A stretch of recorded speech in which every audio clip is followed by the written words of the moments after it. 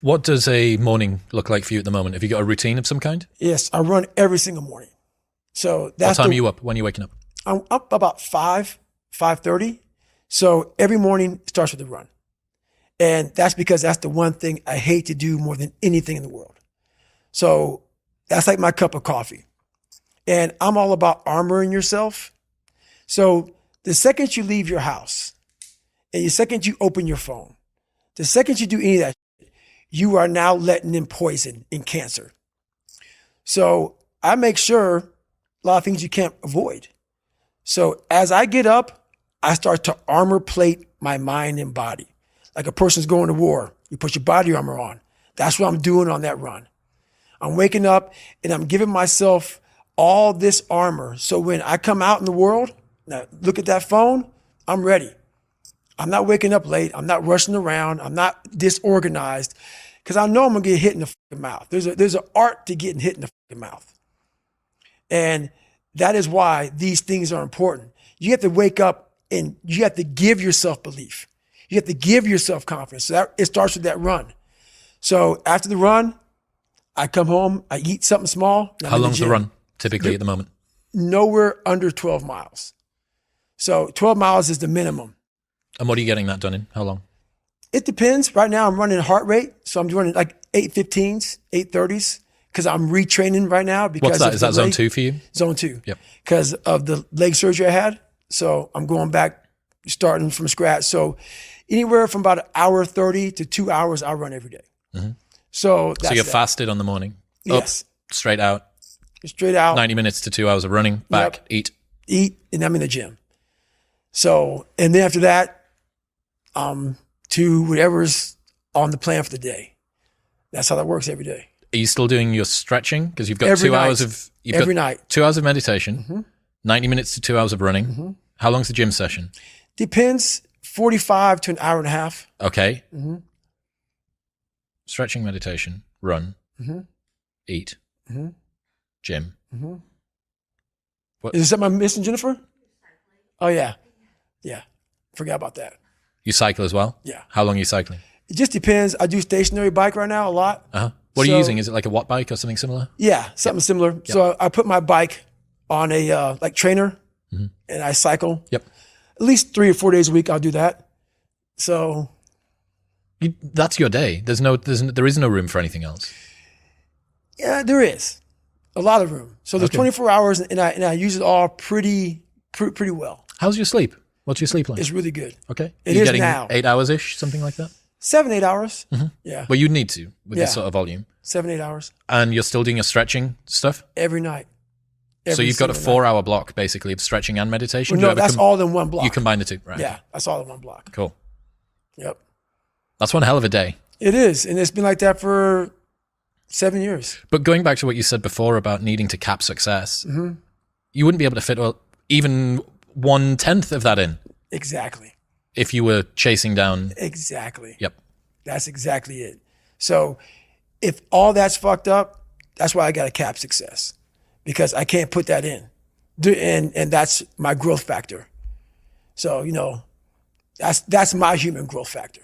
You said before about how you build up self-esteem and confidence and stuff. Mm-hmm. And there's this quote from one of my friends, Alex Hormozy, that says, you don't become confident by shouting affirmations in the mirror, but by having a stack of undeniable proof that you are who you say you are.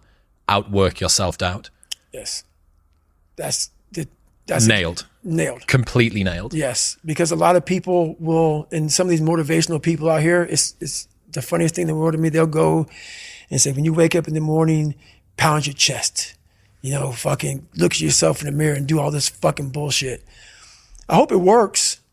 What works for me is that everyday resume, the things I know I've accomplished, the things I know I've done, real hard work, the real calluses on my mind, the real calluses on my hands.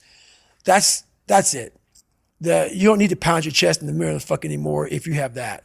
It seems like, especially with confidence, right, or self-esteem, there's a relationship between confidence and competence. Mm-hmm. So what you're looking to do is try and have what you believe that you can do be ahead of what you can do. Right. Now, you're not looking for it to be delusional. You don't want it to be able to believe that you can do something like fly, right? But you need to have a relationship between the two. But what people are asking for is for their confidence to be so far ahead of their competence that, or without having even been competent at anything in the beginning. And that's just delusion. That's fantasy. Right. Well, I believe that you have to build belief. Belief is like, there's an after school special belief where the mom says, believe in yourself. And that's all great. But there's also a built belief. And the built belief is one where you are constantly, like for me, I came from a bad place. How I build belief is through the daunting tasks I put myself through. So that's proof positive that I can. So it correlates. And that's how this piece of shit kid I once thought I was built belief by saying, I was in 3 Hell Weeks. I went to Ranger School. I tried out for Delta Selection. Undeniable stack of proof. That is proof, motherfucker. So whenever you think you can't, the confidence comes from the thing that you built. You must build belief. You must build confidence. It can't be like, hey, I'm going to go knock that shit out. You got to look over here and say, I can knock that shit out. It's belief, and it's built on what you put in to yourself. Another friend sent me a message this morning knowing that we had this big thing that we've been working toward for a long time today. He said, Nietzsche said, I know of no better life purpose than to perish in attempting the great and impossible. The fact that something seems impossible shouldn't be a reason to not pursue it. That's exactly what makes it worth pursuing. Where would the courage and greatness be if success was certain and there was no risk? The only true failure is shrinking away from life's challenges. Nailed that one also. 2 for 2. Nailed that one also, man. Yeah, it's that dealing with laziness and self-doubt thing, I think. And I do wonder how many people use the look in the mirror, pound the chest, stare into your eyes, say your affirmations, don't get the results, and then lose confidence. Well, that's part of it. A lot of it is limited horizons. Limited horizons are like, I use me as an example always. I came from a small town in Indiana where there was a handful of black families. And a lot of people in that town, when you come from a town of 8,000 people, it's like we had a local plant, Great Dane. And you're like, you know what? I want to work at Great Dane and get a house next to my mom. That's what you know. So many of us come from these small places in our mind that we're not willing to think outside of only what we've seen. Our mind works in such a small compartment. And one thing I was able to do was to dream. Many people, but don't make dreams your fucking master. But I was able to dream outside those fucking 4 walls of that small town. And until you're able to really put yourself into that dream, but don't make dreams your master, that's where you truly become what you're destined to become. What do you mean, don't make dreams your master? A lot of people sit back and they dream about being a sports figure, or dream about being a SEAL, or dream about being an astronaut. And all it is a motherfucking dream. They don't put the work behind the dream. That dream has become their fucking master. When you become the master of your fucking dream is when you say, I want to go be a Navy SEAL. And you say, okay, I'm going to lose 106 pounds in less than 3 fucking months. The dream was the one thing I thought about, and the dream was now gone. Now what comes in, the dream goes away, and the fucking laundry list of fucking details and tasks come up. Gotta do this, gotta do this, gotta do this, gotta do this. That's when you become the master of your dream. So a lot of people out there dreaming. Ryan Holiday says, talking about the thing and doing the thing vie for the same resources. Allocate yours appropriately. That's it. That's it.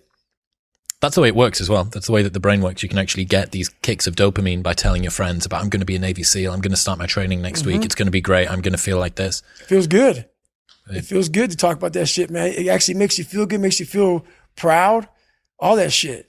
But guess what happens? That alarm clock goes off at 4 a.m. to train. I don't want to be a SEAL today. Or I don't want to be whatever today. I'll start tomorrow. And that's the usual pattern of people's lives. That's why I talk about clearing out the mind. Until you really want to do something, you're always going to be a talker. You always going to run your fucking mouth.